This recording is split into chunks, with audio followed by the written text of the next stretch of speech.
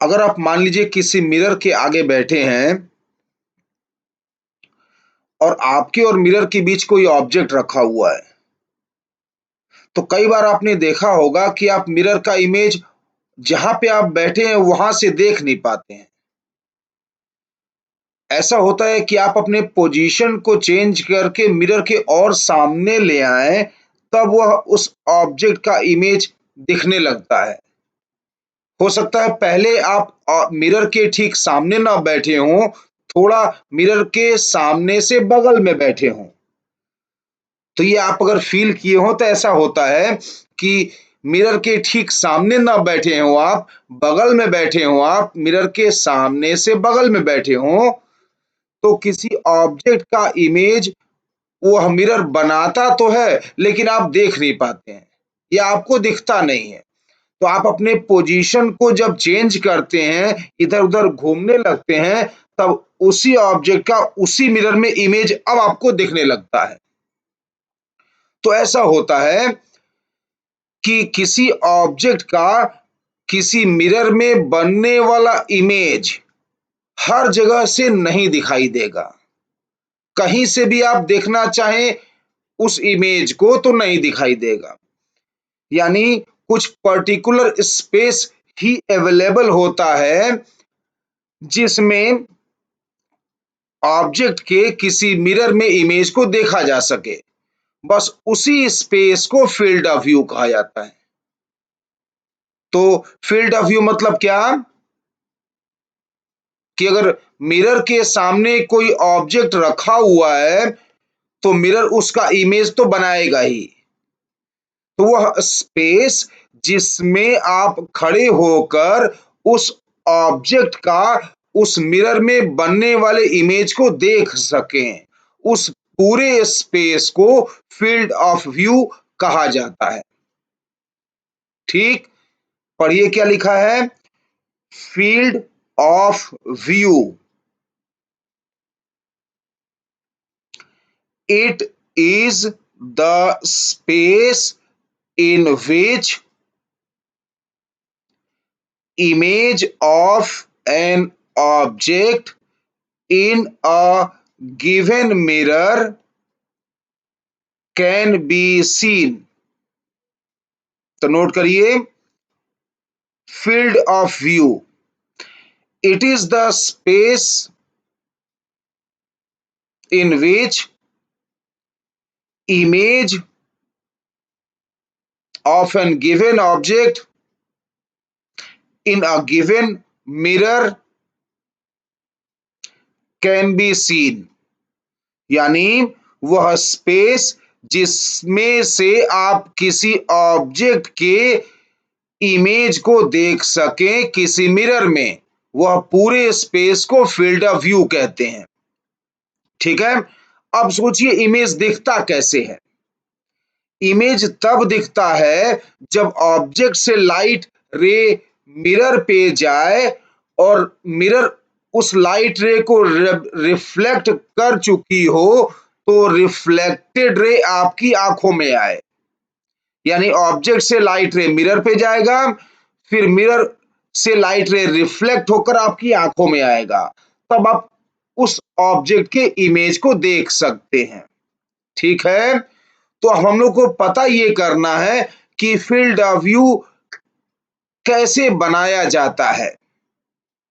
ठीक, तो मान लीजिए यह एक प्लेन मिरर है, ये एक प्लेन मिरर है।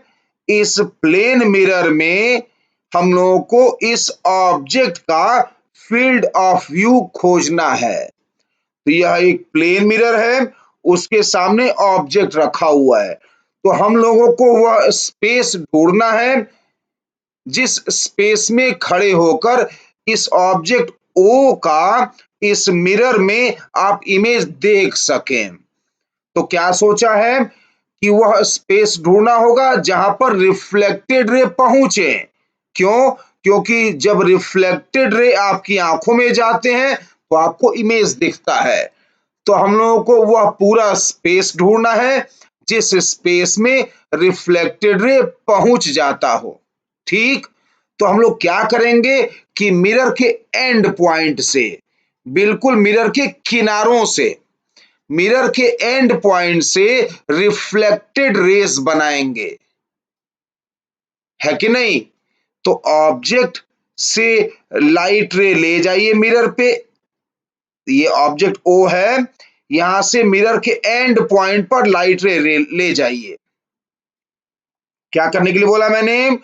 कि ऑब्जेक्ट ओ से मिरर के एंड पॉइंट पर लाइट रे ले जाइए और उस लाइट रे को रिफ्लेक्ट होने दीजिए, तो उसका रिफ्लेक्टेड रे भी बना लीजिए। दोनों साइड, ऊपर आप कर चुके हैं, नीचे साइड भी ऐसा करिए। ऑब्जेक्ट से मिरर के एंड पर लाइट रे ले जाइए और उस लाइट रे को रिफ्लेक्ट होने दीजिए और तब रिफ्लेक्टेड रे भी बना लीजिए। अब सोचिए, अगर एंड पॉइंट से रिफ्लेक्टेड रे हम लोग बना चुके हैं, तो क्या कोई और रे अगर आप बनाते तो दोनों रिफ्लेक्टेड रे के बीच ही वह रे रहता कि नहीं रहता? जैसे मेरा कर्सर देखिए, कोई भी और रे एक इमेजिन कर रहा हूं, ड्रॉ नहीं करना हूं, इमेजिन कर रहा हूं। यहां से ऑब्जेक्ट ओ है, ये मान लीजिए कोई रे गया और रिफ्लेक्ट हुआ ऐसे, तो यह ऑब्जेक्ट ओ से मिरर पे रे गया और रिफ्लेक्ट हुआ, तो ऊपर वाले एक्सट्रीम रिफ्लेक्टेड रे, क्या नाम दिया इसको मैंने? एक्सट्रीम रिफ्लेक्टेड रे, उसके तो अंदर ही है। इमेजिन करके नीचे भी आप देख सकते हैं, आप ऑब्जेक्ट से लाइट मिरर पे गया और रिफ्लेक्ट हुआ, तो ये जो नीचे वाला एक्सट्रीम रिफ्लेक्टेड रे है उसके तो अंदर ही रहा, यानी हम लोग ऊपर का एक्सट्रीम रिफ्लेक्टेड रे और नीचे का एक्सट्रीम रिफ्लेक्टेड रे बना चुके हैं। तो बस इन्हीं दोनों एक्सट्रीम रिफ्लेक्टेड रे के बीच के स्पेस को, ये कर्व लाइंस क्या शो कर रहा है? दोनों एक्सट्रीम रेस के बीच वाले स्पेस को। तो ये जितने कर्व लाइंस हैं वह रिप्रेजेंट कर रहे हैं दोनों एक्सट्रीम रिफ्लेक्टेड रेज के बीच के स्पेस को। तो यही जो बीच का स्पेस है, यह पूरा फील्ड ऑफ व्यू है। इस स्पेस के अंदर खड़े होकर देखेंगे आप तो ऑब्जेक्ट का इमेज दिखाई देगा। इसके बाहर कहीं भी चले जाएंगे आप तो आप ऑब्जेक्ट ओ का मिरर में इमेज नहीं देख पाएंगे। ठीक, तो अगर ऑब्जेक्ट ओ का इस मिरर में इमेज देखना चाहते हैं तो फील्ड ऑफ व्यू के अंदर रहिए। फील्ड ऑफ व्यू मतलब क्या? Extreme reflected raise, extreme reflected raise के बीच का स्पेस। ठीक, तो यह कॉन्सेप्ट है। अब न्यूमेरिकल करते समय आपको फील्ड ऑफ व्यू ड्रॉ कैसे करना चाहिए, थोड़ा सा ट्रिक की बात करते हैं अब। तो कैसे ड्रॉ करना चाहिए फील्ड ऑफ व्यू? तो उसके लिए मेरा सजेशन आपसे ये है कि सेकेंड डायग्राम आप देखें, ये मान लीजिए मिरर है, ये मिरर के सामने ऑब्जेक्ट है, ये रहा प्लेन मिरर, इस मिरर के सामने ऑब्जेक्ट ओ है। इस ऑब्जेक्ट के लिए इस मिरर में फील्ड ऑफ व्यू बनाना है, तो सबसे पहला काम क्या करना चाहिए कि ऑब्जेक्ट का इमेज बना लेना चाहिए प्लेन मिरर में। ऑब्जेक्ट ओ का गिवन प्लेन मिरर में इमेज बना लेना चाहिए। ठीक, और से इमेज से मिरर के एक्सट्रीम पॉइंट को जोड़ने वाला स्ट्रेट लाइन बना लीजिए, दोनों साइड, ऊपर नीचे दोनों साइड। क्या बोला मैंने? इमेज से मिरर के एक्सट्रीम को जोड़ने वाला स्ट्रेट लाइन ड्रॉ कर लीजिए, ऊपर भी और नीचे भी। इमेज से, ये आई इमेज है, इमेज से मिरर के एक्सट्रीम को जोड़ने वाला स्ट्रेट लाइन बना लीजिए ऐसे, ये। ठीक, ऊपर साइड भी और नीचे साइड भी। सोचिए, दोनों डायग्राम आपके सामने है, यही दोनों एक्सट्रीम रेज हो गए। जो यहां पर पहले डायग्राम में एक्सट्रीम रेज हम लोग बना रखे हैं, दूसरे डायग्राम में डायरेक्ट एक्सट्रीम रेज बना दिया, बिना रिफ्लेक्शन दिखाए डायरेक्ट एक्सट्रीम रेज बना दिया है। तो इन्हीं एक्सट्रीम रेज के बीच के स्पेस को ही तो फील्ड ऑफ व्यू कहते हैं। तो फील्ड ऑफ व्यू इस तरह से ड्रॉ करेंगे, जल्दी ड्रॉ हो जाएगा आपसे। क्या करने के लिए बोला मैंने कि इमेज से मिरर के एक्सट्रीम पॉइंट को जोड़ते हुए स्ट्रेट लाइन बनाइए, ऊपर भी और नीचे भी। ये जो मिरर के सामने स्ट्रेट लाइन का पोर्शन बचा, मिरर के पीछे नहीं, मिरर के सामने, मिरर के सामने जो एक्सट्रीम एंड पॉइंट्स का जो हिस्सा बचा वही एक्सट्रीम रेज हो गए और उन्हीं के बीच का स्पेस फील्ड ऑफ व्यू कहलाएगा। ठीक है, अब इस पर हम लोग एक दो न्यूमेरिकल करके देखते हैं, 2 4 5 न्यूमेरिकल करते हैं इस पर, फील्ड ऑफ व्यू के कॉन्सेप्ट पर। तो पहला न्यूमेरिकल है, नोट करिए question, a man is standing in a room such that his eyes are at center of room। Note करते रहिए, if he wants to see full image of a back wall of height h in the mirror of height small h hanged on front wall, then find the minimum height small h of mirror। पढ़िए, question पढ़ लीजिए। अब मैं समझा रहा हूं आपको question. तो लिखा हुआ है, a man is standing in a room such that his eyes is at the centre of room. एक आदमी किसी रूम में खड़ा है इस तरह से कि उसकी आंखें रूम के सेंटर में हैं। अब आगे देखिए, he wants to see full image of back wall.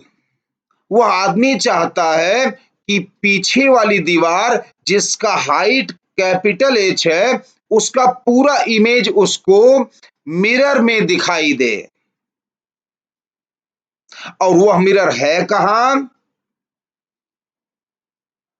तो मिरर ऑफ हाइट एच का मिरर है, हाइट एच का मिरर है, हैंग्ड ऑन फ्रंट वॉल, सामने वाली दीवार पे टंगा हुआ है। तो उस मिरर का मिनिमम हाइट पता करना है। समझ आया? एक रूम है,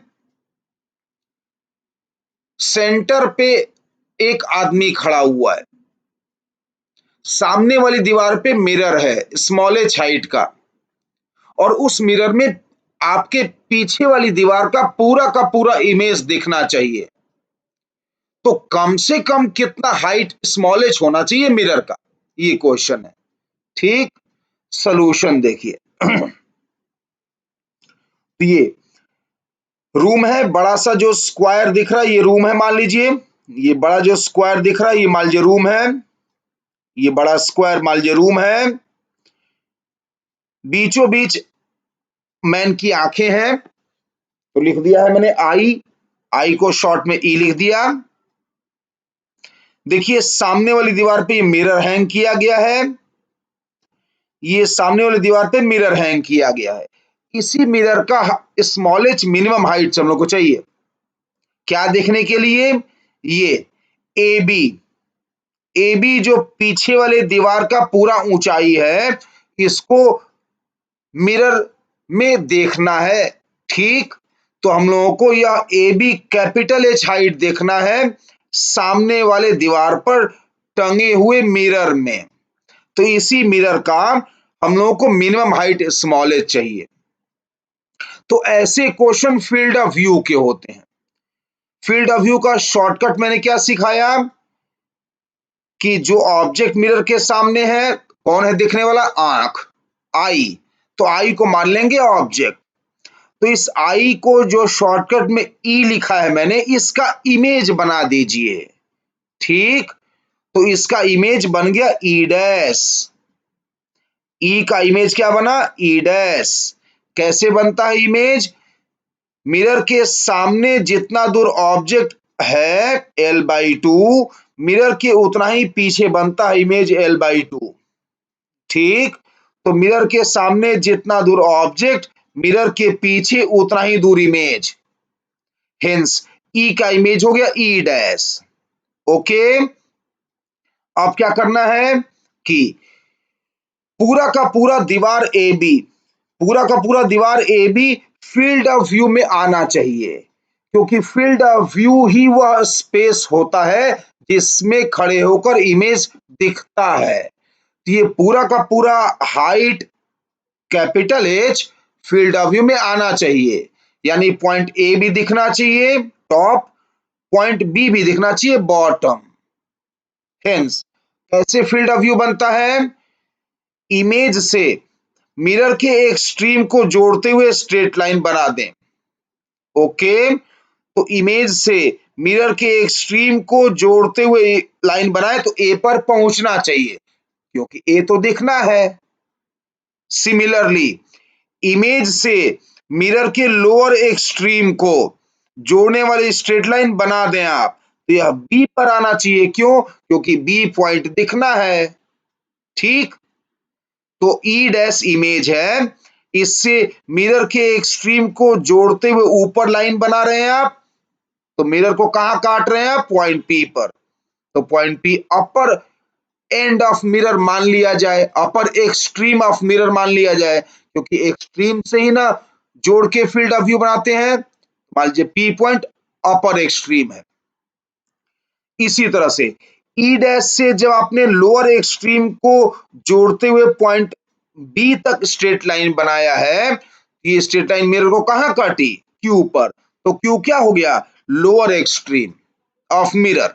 हेंस पी क्यू, बस पी से क्यू तक का ही मिरर हम लोग को चाहिए, ऊपर का मिरर न रहे तो फर्क नहीं पड़ता है। पी के ऊपर मिरर का जो पार्ट है हम लोग उसे हटा भी दें तो कोई फर्क नहीं पड़ेगा। क्यू से नीचे वाले मिरर का जो पार्ट है, पोर्शन है, उसे आप हटा दें तब भी फर्क नहीं पड़ेगा। हम लोग को मिनिमम हाइट पी क्यू चाहिए, इतना हाइट का मिरर रहे तो पीछे वाले दीवार ए बी का इस मिरर में इमेज दिखाई देगा। ठीक, तो पी क्यू हाइट को क्या मान लिया मैंने? Small H. देखिए पी क्यू हाइट को क्या मान लिया मैंने? Small H. यही स्मॉल एच हम लोग को कैलकुलेट करना है। अब थोड़ा सा ज्योमेट्री का हेल्प लेंगे। खोजिए, जो जो ट्रायंगल बोल रहा हूं डायग्राम में अपने आप खोजिए। खोजिए triangle A E dash B मिला, ए ई डैश बी, बड़ा वाला ट्रायंगल ए से इमेज ई डैश पे जाओ और बॉटम बी पे आओ, बड़ा ट्रायंगल ये ए ई डैश बी, दिख गया ना? और दूसरा triangle P E dash Q मिला, ये मिरर वाला upper and P E dash Q मिला। ठीक, तो खुद ही देख लो यार, ये बड़ा ट्रायंगल जो लिखा है और छोटा ट्रायंगल जो लिखा है, ये दोनों सिमिलर हैं। सिमिलर, ये दोनों ट्रायंगल आर सिमिलर। तो सिमिलर ट्रायंगल का प्रॉपर्टी लगाइए, साइड्स का रेशियो सेम कर दीजिए। तो पी क्यू साइड का लेंथ कितना माने हैं आप? Small H. तो small H by capital H, similar triangle में साइड्स का रेशियो बराबर करने जा रहा हूं मैं।